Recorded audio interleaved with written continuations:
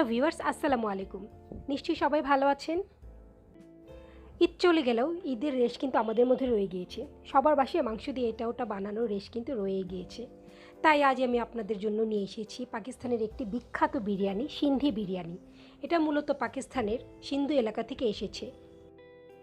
অসম্ভব মজার এই বিরিয়ানিটি আমি নিজে না রান্না করলে হয়তো কখনোই টের পেতাম না যে এর স্বাদ কেমন। অসম্ভব মজার এই বিরিয়ানিটা ভাবলাম আমি আপনাদের সাথে শেয়ার করি। এই বিরিয়ানির পুরোপুরি প্রক্রিয়াটা দেখতে হলে আপনাদেরকে ভিডিওটি প্রথম থেকে শেষ পর্যন্ত দেখতে হবে। টেনে দেখা যাবে না, তাহলে আপনারা অনেক কিছু মিস করে ফেলবেন।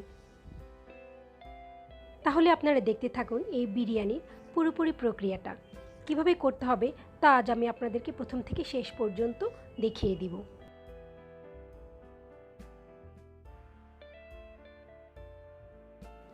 এই বিরিয়ানি করার জন্য এখানে আমি 3 কাপ পরিমাণ বাসমতি চাল নিয়েছি। আপনারা চাইলে পোলাও চাল দিয়েও করতে পারেন, তবে সাধারণত সিন্ধু প্রদেশে ওরা বাসমতি দিয়েই এই বিরিয়ানিটি করে থাকে। তাহলে আপনারা সিন্ধি বিরিয়ানির একদম অথেন্টিক টেস্টটা পাবেন। এই 3 কাপ চালকে আমি ভালোভাবে পানিতে ভিজিয়ে রাখবো ঠিক 1 ঘন্টা। এখন আমি বিরিয়ানির মশলাটা করব। আজ আমি আপনাদেরকে একটি বিরিয়ানির মশলা দেখাচ্ছি। আপনারা চাইলে এই মশলা দিয়ে যে কোনো বিরিয়ানি রান্না করতে পারবেন। এখানে আমি যে মশলাগুলো নিয়েছি এক এক করে প্রতিটা মশলার নাম আমি ডেসক্রিপশন বক্সে আপনাদেরকে দিয়ে দিব। এই মশলাগুলোকে আমি সামান্য তেলে তারপর ব্লেন্ডারে ব্লেন্ড করে নিব। মশলাগুলোকে আমি সামান্য ভাজবো, জাস্ট শুধু গরম করে নিব, বেশি ভাজবো না, তাহলে মশলার গন্ধ চলে যাবে।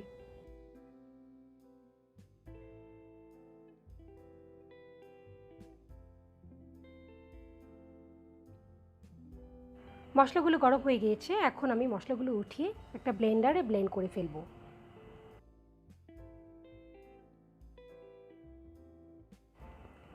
এখন আমি মশলাগুলোকে ব্লেন্ড করব। ব্লেন্ড করা হয়ে গিয়েছে, আপনারা দেখতে পাচ্ছেন ব্লেন্ড করা হয়ে গিয়েছে, তৈরি হয়ে গেল আমার বিরিয়ানি মশলা।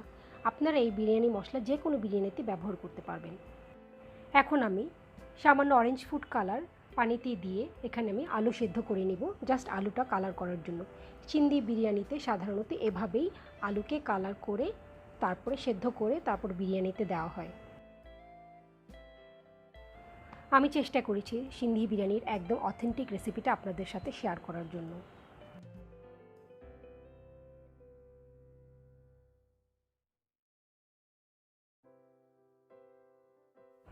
আলুগুলোকে আমি একেবারে ফুল সেদ্ধ করব না, আমি আলুগুলিকে ঠিক 60% সেদ্ধ করে নিব।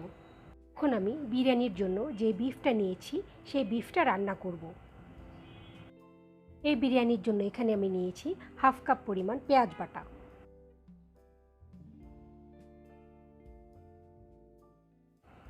পেঁয়াজকে আমি একটু সামান্য ভেজে নেব যেন কাঁচা গন্ধটা চলে যায়। তারপর একে একে আমি মশলাগুলো ব্যবহার করব। এখানে দিচ্ছি আমি 2 চা চামচ আদা রসুন বাটা। আপনারা চাইলে আদা রসুন আলাদা আলাদা করে দিতে পারেন, এখানে আমি একসাথে ব্লেন্ড করে নিয়েছি। তারপর দিয়েছি এখানে আমি 1 চা চামচ ধনে গুঁড়া। তারপর দিয়েছি আমি লাল মরিচের গুঁড়া 1 চা চামচ। তারপর মশলাগুলোকে আমি সামান্য একটু কষিয়ে নেব।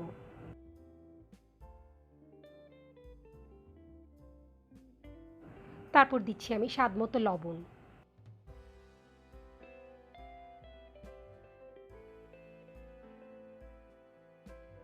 তারপর এখানে আমি খুব সামান্য পরিমাণ হলুদ গুঁড়া ব্যবহার করছি, ঠিক হাফ চা চামচ।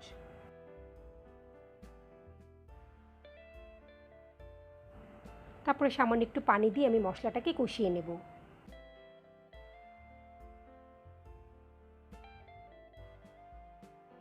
এখন আমি দিচ্ছি সেই বিরিয়ানির মশলাটা। এখানে আমি মশলার পরিমাণটা একটু বাড়িয়ে দিচ্ছি, এখানে 3-4 চামচ আমি বিরিয়ানির মশলাটা ব্যবহার করছি।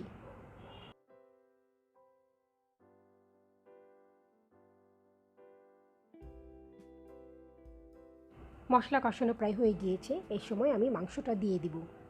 এখানে আমি 1.5 কেজি পরিমাণ মাংস নিয়েছি 3 কাপ চালের জন্য। মাংসটা আমি আগেই একটু পানি দিয়ে এবং সামান্য আদা রসুন দিয়ে মাংসটা সেদ্ধ করে নিয়েছি 80%-এর মতো। আপনারা চাইলে যে কোনো সময় এই মাংসটা সেদ্ধ করে ফ্রিজে রেখে দিতে পারেন এবং যে কোনো সময় আপনাদের বিরিয়ানি খেতে ইচ্ছা করছে আপনারা চাইলে খুব তাড়াতাড়ি খুব সহজেই এই ইনস্ট্যান্ট সিন্ধি বিরিয়ানিটা রান্না করে ফেলতে পারেন। তারপর এখানে আমি ব্যবহার করেছি টমেটো। এখানে আমি ছোট সাইজের 2টো টমেটো নিয়েছি। তারপর এখানে আমি দিচ্ছি যেই পানিতে আমি মাংসটা সেদ্ধ করে নিয়েছি সেই বিফ স্টকটা ব্যবহার করছি। এখানে আমি 2 কাপ পরিমাণ বিফ স্টক ব্যবহার করেছি। তারপর আমি ঢাকনা দিয়ে কিছু সময়ের জন্য একটু রান্না করে নেব। মাংস সেদ্ধ হওয়ার পাশাপাশি এখন আমি এখানে চালটা রেডি করব। আমি 3 কাপ চালের জন্য ঠিক 9 থেকে 10 কাপ পানি নিয়েছি। তারপর এখানে পানিতে আমি দিচ্ছি তেল, লবণ এবং এলাচ। তারপর সাথে দিব 1 চা চামচ শাহি জিরা। চাল 1 ঘন্টা ভিজিয়ে রাখলে বাসমতি চালগুলো অনেক বড় বড় হয়ে যায় এবং দেখতে অনেক সুন্দর লাগে। এখন আমি চালগুলো দিয়ে দিচ্ছি। এখানে আমি চালগুলো পুরোপুরি সেদ্ধ করব না, ঠিক 80% আমি সেদ্ধ করব।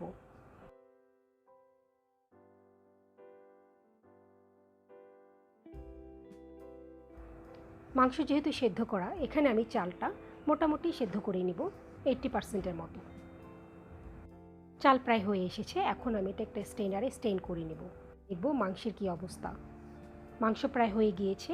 এখন আমি হাফ কাপ টক দই দিয়ে মাংসটাকে ভালো করে নেড়ে কিছু সময়ের জন্য বেরেস্তা দিয়ে তারপর আমি নামিয়ে ফেলব।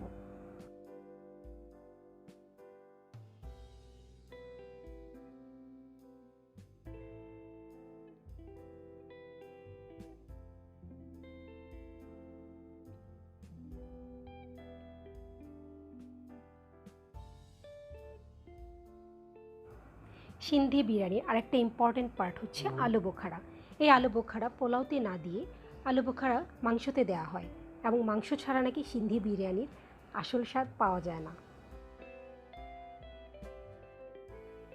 সিন্ধি বিরিয়ানির আরেকটা ইম্পর্টেন্ট পার্ট হচ্ছে ধনেপাতা। মাংস রান্না হওয়ার পর ধনেপাতা দিয়ে তারপর বেরেস্তা দিয়ে আমি মাংসটা নামিয়ে ফেলবো।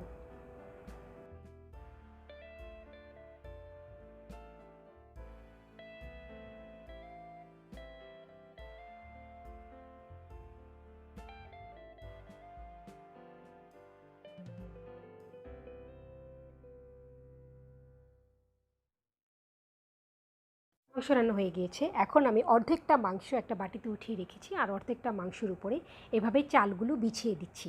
এভাবে আমি লেয়ার লেয়ারে দিব। তারপরে দিচ্ছি আলু। আপনারা একটু খেয়াল করে দেখলেই বুঝতে পারবেন আমি লেয়ার লেয়ারে কী কী দিচ্ছি। আলু দিচ্ছি, বেরেস্তা দিচ্ছি,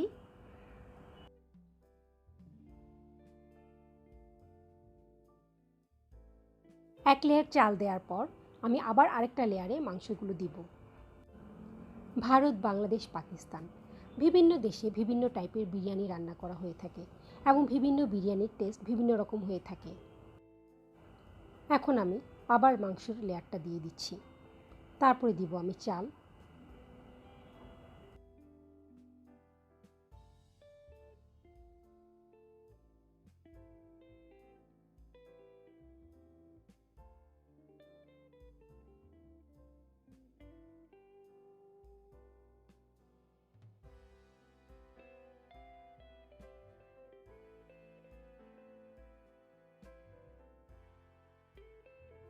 বিরিয়ানির এই লেয়ারে এখন আমি ব্যবহার করছি টমেটো এবং লেবু।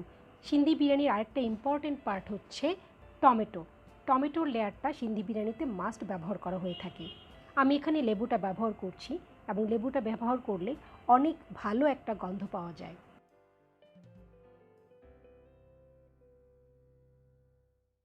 বিরিয়ানির লেয়ার প্রায় শেষ হয়ে গিয়েছে। এখন আমি আস্তে আস্তে উপরে টপিংটা দেওয়ার চেষ্টা করব। আপনি একটু খেয়াল করলে দেখতে পারবেন আমি কী ব্যবহার করছি। টমেটো দিচ্ছি, ধনেপাতা দিচ্ছি, তারপরে এখানে লেবুও দিব আমি। বিরিয়ানিতে আমি লেবু ব্যবহার করছি দেখে আপনারা হয়তো ভাবতে পারেন যে এখানে আমি লেবু ব্যবহার করছি কেন। আপনারা এটা বাসায় করে দেখলেই বুঝতে পারবেন যে কতটা অসাধারণ একটা টেস্ট আসে। তারপর এখানে আমি ব্যবহার করছি ঠিক 2 চা চামচ পরিমাণ কেওড়া জল। কেওড়া জল দিলে বিরিয়ানির ঠিক অথেন্টিক টেস্টটা পাওয়া যায়। এখন আমি ব্যবহার করছি ইয়েলো ফুড কালার। সিন্ধি বিরিয়ানিতে সাধারণত 3টা কালার ব্যবহার করা হয়ে থাকে, লাল, হলুদ এবং কমলা। এখানে 2টা কালার ব্যবহার করেছি, আপনারা চাইলে 3টা কালারই ব্যবহার করতে পারেন। তারপর এখানে আমি ব্যবহার করছি ঠিক 4 থেকে 5 টেবিল চামচ ঘি দিয়ে দিচ্ছি এখানে গোলাপ জল। গোলাপ জল দেবার পর আমি বিরিয়ানিটিকে ঢাকনা দিয়ে ভালোভাবে 5 মিনিট খুব হাই ফ্লেমে, তারপর 30 মিনিট আমি লো ফ্লেমে রান্না করব। ঠিক 35 মিনিট পর আমি 5 মিনিটের জন্য বিরিয়ানিটাকে রেস্ট দিয়ে তারপর ঢাকনাটা খুলেছি। আমি আপনাদেরকে এখন দেখাচ্ছি কেমন হয়েছে বিরিয়ানিটা।